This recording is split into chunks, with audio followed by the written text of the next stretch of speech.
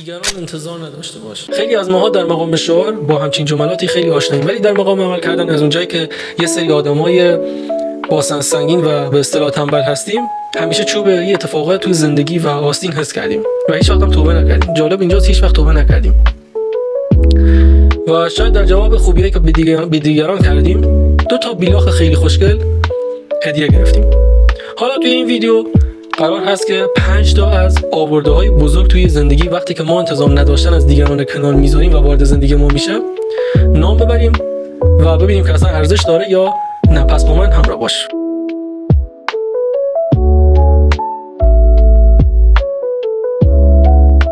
خیلی خوب. مورد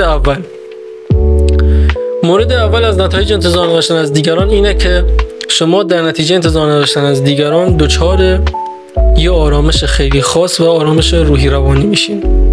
چرا؟ چون ضربات احساسی کمتری دریافت میکنین و در نتیجه روحتان هم کمتر انگول میشه.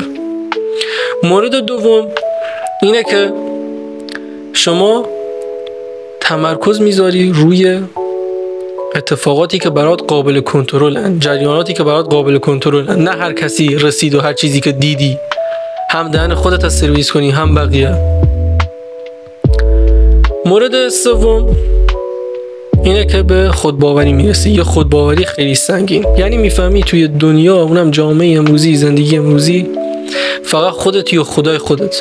افتادی توی یه مسیر فقط خودت باید بری، هیچ کس هم نداری و تنهایی خودت و خدای خودت.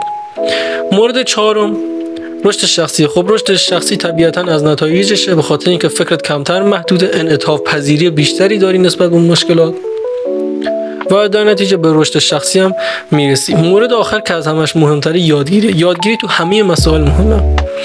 یادگیری این که تو چطور زندگی کنی، این که چطور توی دور زمانه‌ای که هستیم دوام بیاری، چطور توی دور زمانه‌ای که با قانون جنگل هدایت میشه دوام بیاری و از پا در نیایی. خلاصه 5 مورد مسائلی هستند که حداقل توی زندگی من اتفاق افتاد. حالا از اینا بگذریم، یه سوال خیلی مهم ازت دارم. این که الان واقعا وقتش رسیده که دکمه انتظار داشتن از دیگران بزنی یا نه؟ چرا رسیده؟ خیلی از ماها یه جاهایی به یه سریا خیلی خوبی کردیم، خب که در نتیجه خوبی که کردیم انتظار داشتیم خب با ما همونطور رفتار شه، در صورتی که خیلی از آدما توی دنیا هستن که هیچ چیزی به کتف چپشان هم نیست، چه برسه حالا به خوبی ما. این که با عینک خودت کلا نباید دنیا رو قضاوت کنی یه بحث جداست. و این که واقعا از کسی انتظار نداشته باش، رو زندگی خودت تمرکز کن، یه سری جاها بگذر، یه سری جاها فراموش کن، یه سری جاها ببخش که به پختگی برسی. منم هنوز نرسیدم، این که بگم من رسیدم دروغه، هیچ کس به نظر من نرسیده.